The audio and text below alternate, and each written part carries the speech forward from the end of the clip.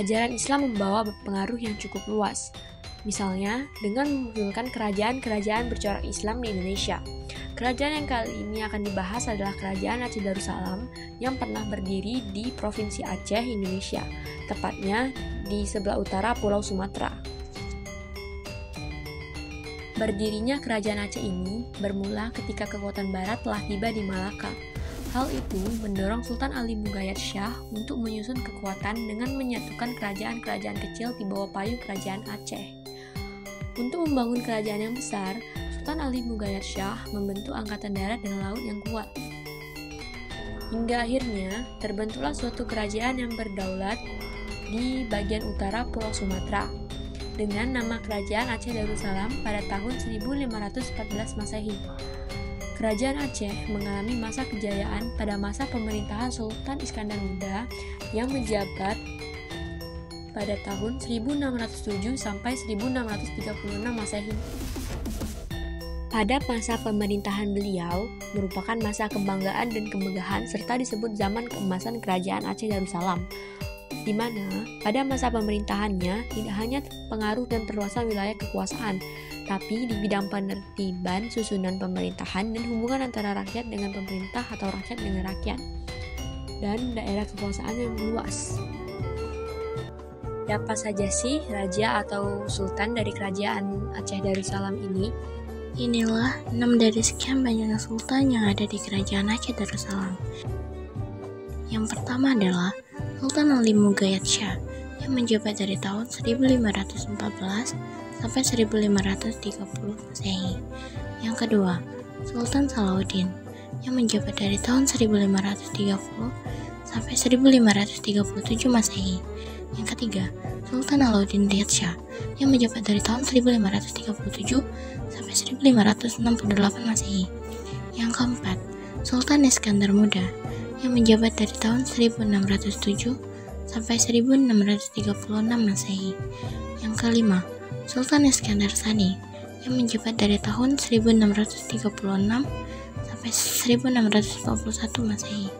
Dan yang terakhir adalah Putri Sri Alam Prameswari yang menjabat dari tahun 1641 sampai 1675 Masehi. Di Kerajaan Aceh Darussalam yang dipengaruhi faktor-faktor seperti agama Islam, perdagangan, dan sistem pemerintahan yang kuat.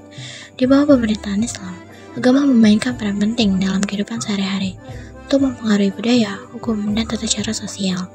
Perdagangan juga menjadi bagian integral dari kehidupan di Aceh Darussalam dengan pelabuhan-pelabuhan seperti Banda Aceh menjadi pusat perdagangan yang penting di kawasan tersebut. Kerajaan Aceh juga dikenal karena memiliki armada laut yang kuat, yang membantu memperluas pengaruhnya dalam perdagangan internasional. Kehidupan politik Kerajaan Aceh sebelum dan sesudah pemerintahan Sultan Iskandar Muda sangat berbeda. Pada periode awal, konsentrasi politik lebih tercerah untuk pembentukan kekuatan militer dalam upaya mempertahankan keberadaannya dari ancaman yang datang, dari dalam atau luar. Di samping itu, kekuatan militernya diperlukan untuk ekspansi ke daerah sekitar, guna menambah wilayah kekuasaan. Ketika Sultan Iskandar Muda berkuasa, ia tidak hanya melanjutkan kegiatan ekspansi wilayah, seperti pada pendahuluannya. Sultan Iskandar Muda juga berusaha merata rapi sistem politik dalam kerajaannya, terutama yang berkaitan dengan konsolidasi dan peletakan pengawasan terhadap wilayah-wilayah yang dikuasainya.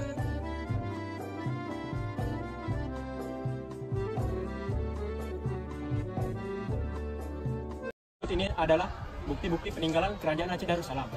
Yang pertama, Masjid Raya Baitur Rahman. Masjid ini adalah simbol keagungan dan keislaman Kerajaan Aceh Darussalam yang dibangun oleh Sultan Iskandar Muda pada tahun 1612. Yang kedua, Taman Sari Gunangan. Taman ini adalah hadiah dari Sultan Permaisurinya. Yang ketiga, Benteng Indra Patra. Benteng ini adalah salah satu benteng pertahanan Kerajaan Aceh Darussalam yang dibangun pada abad ke-16. Yang keempat, Meriam Kesultanan Aceh. Meriam-meriam ini adalah senjata perang yang diproduksi oleh Kerajaan Aceh Darussalam dengan menggunakan teknologi tinggi pada masanya. Yang kelima, Makam Sultan Iskandar Muda.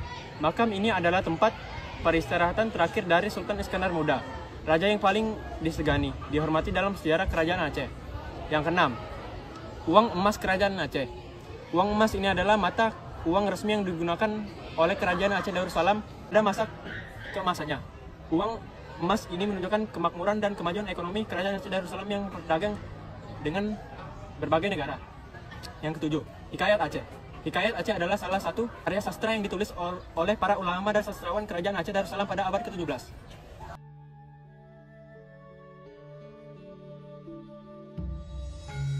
Salah satu faktor yang membuat kerajaan Aceh mengalami kemunduran adalah krisis kepemimpinan. Setelah meninggalnya Sultan Iskandar Muda pada tahun 1636 Masehi, kerajaan Aceh mengalami konflik internal. Konflik tersebut terjadi hingga Sultan Mahmud Syah naik tahta pada 1870 Masehi. Ia memerintah hanya sebentar, yakni hingga tahun 1874 Masehi. Pada saat itu, invasi Belanda ke wilayah kerajaan Aceh memperparah permasalahan di dalamnya. Terjadi perpecahan internal antara kaum bangsawan dengan kaum agama. Melemahnya Kesultanan Aceh memberi peluang bagi Belanda untuk masuk dan menanamkan pengaruh. Belanda mulai menginvasi kerajaan Aceh melalui Perang Sabi yang berlangsung kurang lebih 30 tahun lamanya. Jatuhnya banyak korban jiwa dan tidak mampu menaungi Aceh. Pemimpin terakhir kesultanan yakni Sultan Muhammad Daud Shah mengumumkan pengakuan kedaulatan Belanda atas Aceh. Akhirnya, wilayah kerajaan Aceh Darussalam akhirnya menjadi bagian dari Hindia Timur Belanda atau pemerintah kolonial Hindia Belanda.